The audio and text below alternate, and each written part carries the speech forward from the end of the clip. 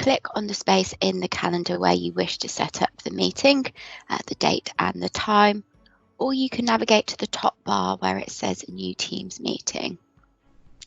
I'm going to click on the calendar, and this will bring open a appointment where I can pop in information.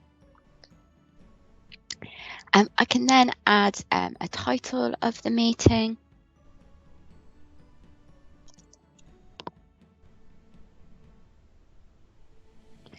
I can click Invite Attendees to add the people required in the meeting, and ensure I click the Teams Meeting option to ensure I get the join link inserted into the body of the invite.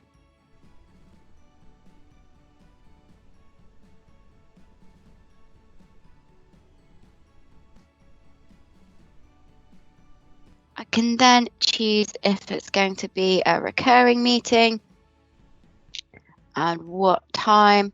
Select Make Recurring to update that, and I can fill in within the body of the invite any kind of agenda or notes for the meeting. Once happy, I can simply click Send to send the invite, and it will then appear in my diary. I can update this invite at any point from Outlook simply by clicking on the invite to open it up to add more invitation or attendees. Or I can also navigate to Teams and update via calendar there. To access my meeting via Teams, all you need to do when you launch Teams is navigate to calendar in the left-hand side, and this will bring up my calendar view, and I can simply just click on the Teams meeting in order to bring up the information around it.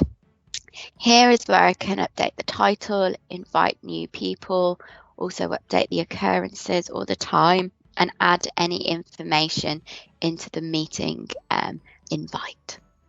Also notice at the top here you've got a space for meeting options.